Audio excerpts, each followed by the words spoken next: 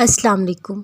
آزمائش کے لیے چنے جانے والوں کی دعاؤں کو بھی اللہ نے قبولیت کے لیے چن رکھا ہوتا ہے۔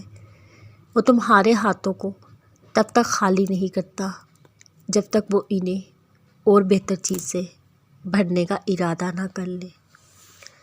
سجدے کی توفیق سجدے بھی نصیب والوں کو ہوتے ہیں۔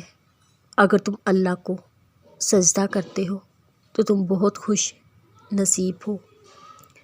اگر سجدہ خوشی کا ہے شکر ادا کرو، اگر سجدہ غم کا ہے صبر کرو۔ اللہ جب راضی ہوتا ہے سب سے پہلے سجدے کی توفیق دیتا ہے، پھر چاہے وہ سجدہ خوشی کا ہو یا غم کا۔ خوشی میں بھول جاتے ہیں ہم اللہ کو، اس لیے وہ تمہیں آزمائش میں ڈالتا ہے تاکہ تم اس کے قریب ہو جاؤ۔ جان لو جو ہو رہا ہے وہی تمہارے لیے بہتر ہے، تو پھر اتنا مشکل کیوں لگتا ہے اس کی رضا میں راضی ہونا۔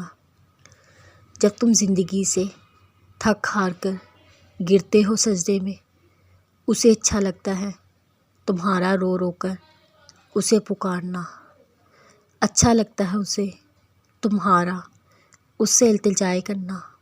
وہ چاہتا ہے میرا بندہ تھوڑا اور پکار لے مجھے۔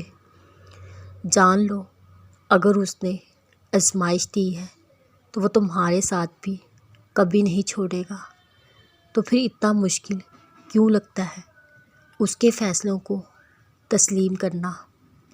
جو تم چاہتے ہو اگر تو وہ تمہارے لیے بہتر ہے تو جان جاؤ کہ یہ وقت بہتر نہیں، وہ تمہیں بہترین وقت پر بہترین سے نوازنا چاہ رہا ہے۔ ابھی لگ رہا ہے مشکل سب کچھ تسلیم کرنا، لگ رہا ہے نا مشکل جو ہو رہا ہے اس میں راضی ہونا۔ یقین کرو ایک وقت آئے گا تمہیں فرق بھی نہیں پڑے گا، بس دل کو ایک اطمینان ہوگا کہ جو ہوتا ہے اس میں ہماری ہی بہتری ہوتی ہے۔ اللہ سے ایسے بات کیا کرو جیسے وہ تمہارا سب سے اچھا دوست ہے۔